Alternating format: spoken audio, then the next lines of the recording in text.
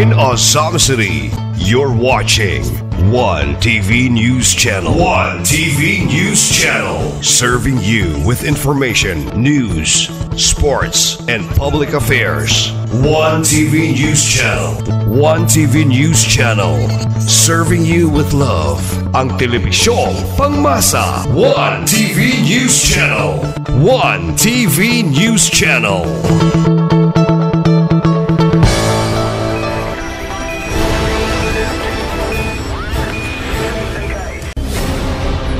One TV special report.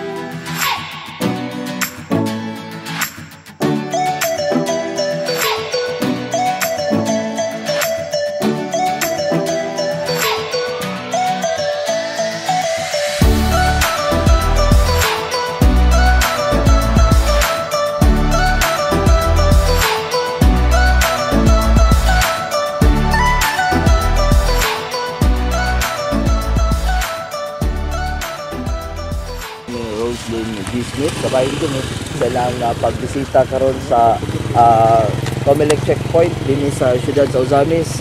Attorney, so good na yun sa to ang election period. Kumusta sa mga pagbisita karon sa tong mga checkpoints dinhi sa siyudad sa Ozamis? May buntag.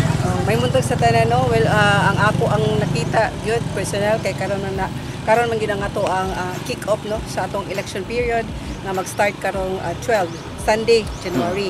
Now sa akong pagbisita sa matag checkpoint, diin obligado ang ato ang kapulisan, no, pag-establish ni aning Comelec checkpoint. Nakita nako nga wala pa lang daan sa oras na sila kompleto established na, participated not only sa ato ang Philippine National Police kundi sa pati ang ato ang Philippine Army, tanan nga mga peace officers aniya karon no nagkahiusa ta para sa ato ang ceremonial kick-off sa checkpoint sa Comelec.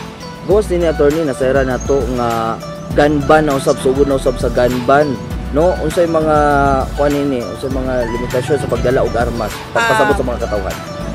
Kani ang ato ang pag-establish sa checkpoint mo gid kini ang implementing na kanang rules, no, para sa pagkuan sa gun ban. Kay dinhi pa lang daan na ato na dayong ma-decipher kung naano yung mga violations sa gun ban. In fact, ang ato ang Commission on Election nag-accept na karon og application, no, to carry ani nga mga firearms kay effective election period, automatic man good na ang ilang license to carry is revoked. So, giawhag ang tanan nga mo apply for an authority with the Commission on Election. Ang kani bang pag-apply katong mga firearms holder, limitado lang ba kani sa mga politiko or sa tanan gyud mga firearms holder? Sa tanan, private individual, gikan sa government ng mga official, extended siya sa tanan nga interesado nga mo carry og firearms. So kay because kuan man gyud automatic man gyud nga cancel, kinahanglan mo apply ang tanan except for those enumerated sa atong balaod nga naa sila yung full authority to carry without application. Attorney, ang kaning sa tong pagbutan sa checkpoint, limitado lang ba kini sa tong mga boundary points o nausay mga kinalitay nga mga surprise checkpoint atos mga nanagunang kalye sa syudad? Yes, initiative na sa ato ang PNP, no. Now if he feels nga magkinahanglan siya o mukandak siya, gitawag nato siya ang spot checkpoint. Kung gikinahanglan, no, depende sa circumstances sa mga madawat nila nga information how that would necessitate them na mag-conduct sila og spot checkpoint in anywhere sa Ozamis City. But kani amo ang i-check karon is ang katugyong established na per balaod ilahag yun nga i-establisher. Now, kaganina ato ang na-check ang katong somewhere sa Gango. And then, this time is kanina po din nga area, sa airport area. I'm happy nga ilahag yun nga gituman, no, kung unsay gi-mandate sa Commission on Election. Okay, last na attorney, unsay makita sa itong mga katawhan kung musulod sa checkpoint kaya ato nakita na yung mga cellphone numbers, unsa man kini? Yeah. Una sa tanan, ang ato ang Comelec checkpoint, kuan ni siya, special ni siya nga checkpoint tungod lang po sa eleksyon. Pero wala ni siya nagpasabot nga ang katudyong mga checkpoint no nga original nga establish po sa PNP na according sa ilahang routine, no, to implement their mandated po nga function or regular function. Naagyapon to siya. Kanilang siya is simply at karon nga election.